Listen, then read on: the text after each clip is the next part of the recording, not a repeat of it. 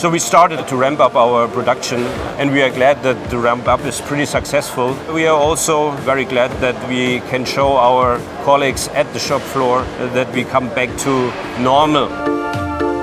First priority in a situation like that is health and health protection. And what we are doing in discussion also with various teams and various authorities is to look at each and every workstation. And one of the measures we take into account if there is a critical situation is mouth-nose protection. And we also produce this protection in our plant here in Sindelfingen.